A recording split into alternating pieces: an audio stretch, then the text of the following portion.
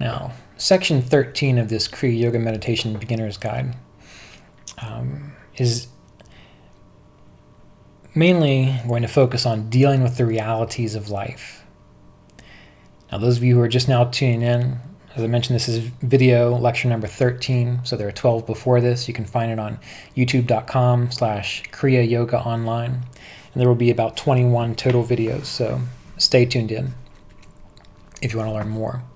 And the whole point of these videos is not just to focus on technique, but to actually get at the heart of a life lived, to enable you to meditate well, to get the most mileage out of your practice. Because what most people do is they meditate, and they try to meditate, and they do it for 20 minutes a day, and they don't really make much progress. It's because they're not meditating well, because they've not taken care of the other supports that lead to a important contemplative practice, an effective, a practice that leads to higher realization. It all depends on all these life things that are going on around you that you have to manage and deal with and work with well.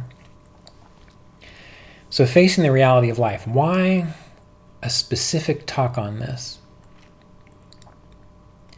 Because what I have found that most people do when they're beginning their spiritual path is they're looking for something that doesn't exist. They say things like, I want to be enlightened. Yet, they have no idea what that means. Do you really want to be enlightened? I bet you don't. They say they want to meet a spiritual master and be trained. But then they actually find someone who's going to work them over, and they're like, nope, really, I didn't want that. They want a heaven on earth experience, where through their spiritual practice, through their dedication, they're thinking that, well, if I do this for 16 years or 20 years, after 20 years, there will be no problems. It'll be smooth sailing. Everything will be taken care of, almost like someone just gave me $1 billion and I don't have to worry about anything. And that's not the truth of the matter for a few reasons. So first of all, people come into spirituality with just some weird ideas, but that's okay. For example, there's a story in the book Vasishtha's Yoga where it talks about people, I might have the story a little bit wrong, but you'll get the idea. They talk about people going into the woods looking for firewood, but they actually come out with the gem of knowledge. So this is how most of us work. We go into the woods looking for something that we think we want, but in the end, if we stick with it, we actually find the gem of knowledge. Would we have recognized it while we're looking for the firewood? No, we probably would have thrown it away, said, well, what we really want is the firewood. But the point being is that as you go into your spiritual practice, you probably have some weird ideas about spirituality. At the end of it all, what do we realize? This is important. We realize that everyone, everything, every moment of time, every experience, every joy, every sorrow is divine consciousness. Everything is. And this has been stated in text that everything is God, divine consciousness. Yet we say this is God and this is not. We say a beautiful experience, seeing heavenly lights is God. But we say when we're in the pits of despair and grief that is not. And that's absolutely not true. So this whole idea of facing the reality of life is to get rid of the ideas that everything's going to go perfect all the time. Get rid of the idea that death isn't going to happen. To get rid of the idea that you aren't ever going to be frustrated, that you're not ever going to have obstacles to face. The point of it all is to see the obstacle as divine consciousness. To see that grief that overwhelms you when a loved one dies as equally valid movement of that divine consciousness. To see when someone is in great joy, when they've been given everything that they want, to be happy for them. See that as this divine consciousness, as well as when they experience a great depressive state. That is also this divine consciousness.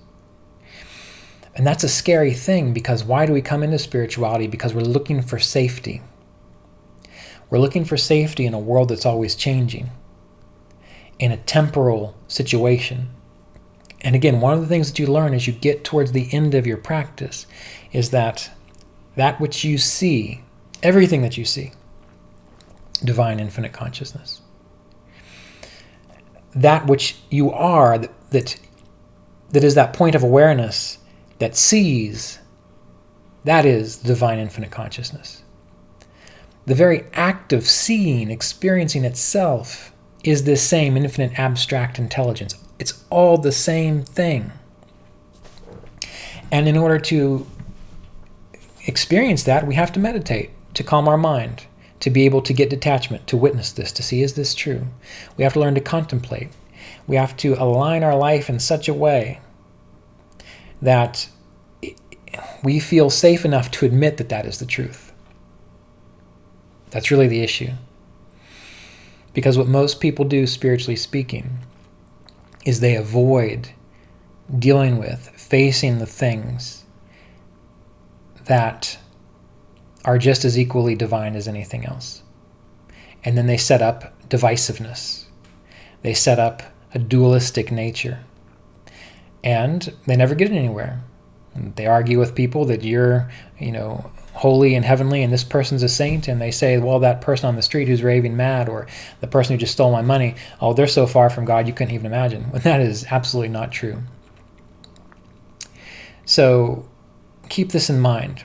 And there's a process to it, meaning, just like I talked about in the previous video dealing with family, that you may need to remove yourself from family situations until you have the strength, the capacity to see them really, truly for what they are. All right. You might not be able to do that when you're mentally and emotionally immature, and you're so sensitive and so worked over by traumas and attachments and aversions that you just can't see everything as divine infinite consciousness. And that just makes a lot of sense. That's just how life develops, right? We're facing the reality of life here. So you may have to do things to set up your life in such a situation that, yes, you escape from pain for a while, that, yes, you avoid the things that you consider to be dirty or unholy or not sacred. But if you're progressing well, that won't last forever. You will start to see everyone and everything as holy and sacred. Whether they agree with your beliefs or not, whether they do what you think they should do or not, you will see it. But again, to return to this idea of facing the reality of life, one of the phrases that I like to use is, when I see someone letting another person down, or I see someone acting foolishly, or if someone comes to me and says, can you believe so-and-so said this or did this, or why do you think all these people follow this crazy political person? I don't have anything to say about that anymore, except this phrase, welcome to the world of people. Okay? Because as one of my friends who's been on the spiritual path a long time always says, is that most people are a collection of cravings, desires, attachments, and aversions. That's just what you're dealing with. In the same way that when you go into a nursery or when you go into a kindergarten, you're dealing with people, aspects of consciousness that can only perceive a certain number of responses. They can only behave in a certain way because that's just where they are in their stage of development. So if you're looking for perfection in this world, the world is perfect. The world is more than perfect. It's your concepts that tell you otherwise. It's your beliefs. It's these ideas of how you think it should be that tell you it's otherwise. So part of the whole process is learning to see the world as it is. Observe nature. How does nature function? Thousands of seeds are cast into the sky or planted in the dirt. How many of them actually turn into plants? Of those plants, how many get eaten? Thousands of millions of billions of fish are born. How many of them actually live to adulthood? Yet there is such beauty in the world. So of all the ways that you live your life, of all the things that you try to accomplish and do, only a few of them are going to work. That's just the nature of things. Every meditation that you have, a few of them are going to be profound. The rest of them are just going to simply be training. That's the nature of things. You're not going to escape from death or grief. To try to do that is denying a core aspect of yourself. So when you experience grief or loss, Don't make it the center focal point of your life. Don't dwell on it. Don't get lost in it. But if it's appropriate, if it's there, let it flow. See it just as equally as a part of divine consciousness. When you are successful, great, divine consciousness at work. When you fail, well, you failed. Divine consciousness at work. And if you want to get all faith-based and create some more belief system about this, when you fail, you don't really know why you failed. I mean, sure, maybe you just did something wrong, and that's important to note, that you want to try your best to achieve what you're inspired to achieve. But maybe that failure helped turn your path in a different direction that you were meant to go on. Maybe a certain thing occurs in your life that you don't like at all, to get you thinking about, contemplating something that's actually really important for your path in life. So I would say the whole idea here is to let go of your judgments, to do your best, to live your life as wholesomely as possible. But when sorrow comes, when despair comes, when frustration comes, honor it.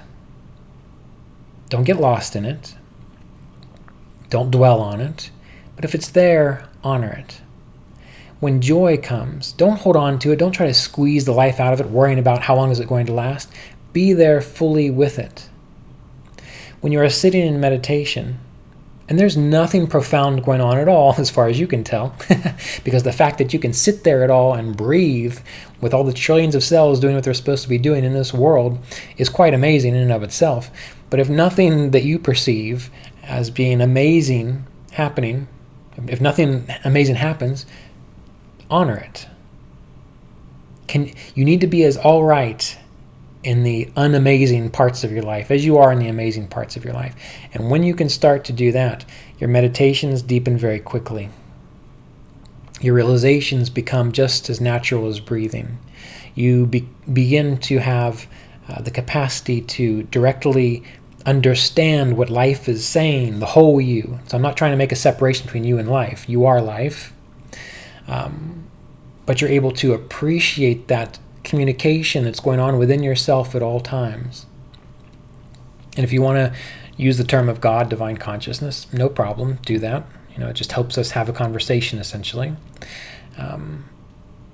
But the more that you can honor the reality of life, getting out of your head all your notions of what should be or how it should go, or this should never have happened or this should have happened, if you can release that and learn to sit in that, it's usually fearful space of, well, if I just let all this be okay, realizing that it's all a unique expression of myself, if you can hang out in that fear long enough until it shakes itself off, then the beauty comes.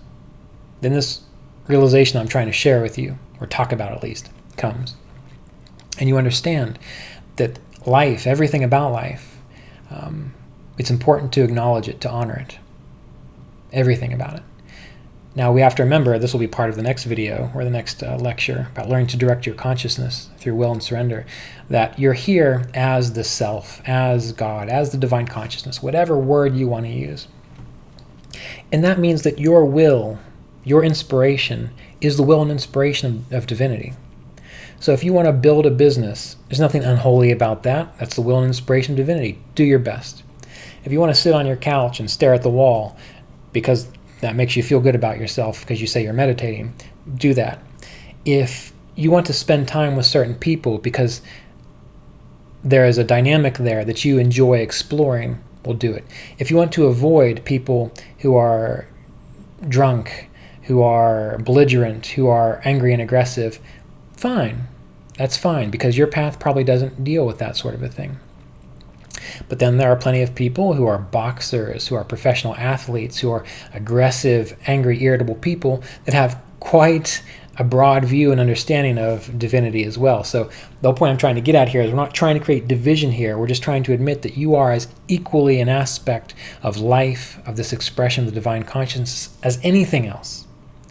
And when you can accept that about yourself, whatever it takes, you're going to have to probably meditate, eat well, discipline the body, discipline the mind, so you can really have that vision, that experience, that direct experience. Whatever it takes, you need to do that. So facing the reality of life. What is the reality? Anytime a should or a shouldn't comes up, you should not have done that. It should not have been that way. Well, that's in the past. You can't even do anything about it. So why let your mind waste its energy focusing on that when it could just admit that's the reality of life, that's what happened, and then move on, doing your best from that point forward, not out of fear, but just because you are sailing your ship through the seas. Sometimes a storm comes along and you have to adapt. It does not help you in any way, shape, or form to curse that storm and say, why are you here? I'm trying to get from here to there. That's a waste of energy. You adapt to the storm, you keep moving. When the sun's shining and the wind's blowing, you don't have to worry about it. The energy is flowing freely. Facing the reality of life. Sail your ship realistically, dealing with what arises as best you know how. Not worrying about the past, but living fully in the present with your appropriate vision for the future.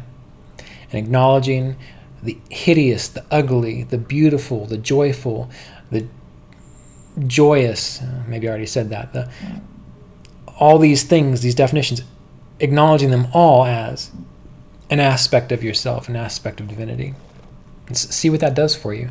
Again, my thought is, my experience has been that once you can start to do that, takes practice, takes years usually, you will understand how to get into a deep meditative state very quickly because you're not all caught up in all these shoulds and these shouldn'ts. So live the best life possible. Avoid shoulds and shouldn'ts. Steer your ship based on what's going on right now. And trust that there is a greater intelligence, a greater power, which you might not be able to be aware of with your little mind, but is functioning through you as effortlessly as the sun shines on a clear day. And that's what's going on.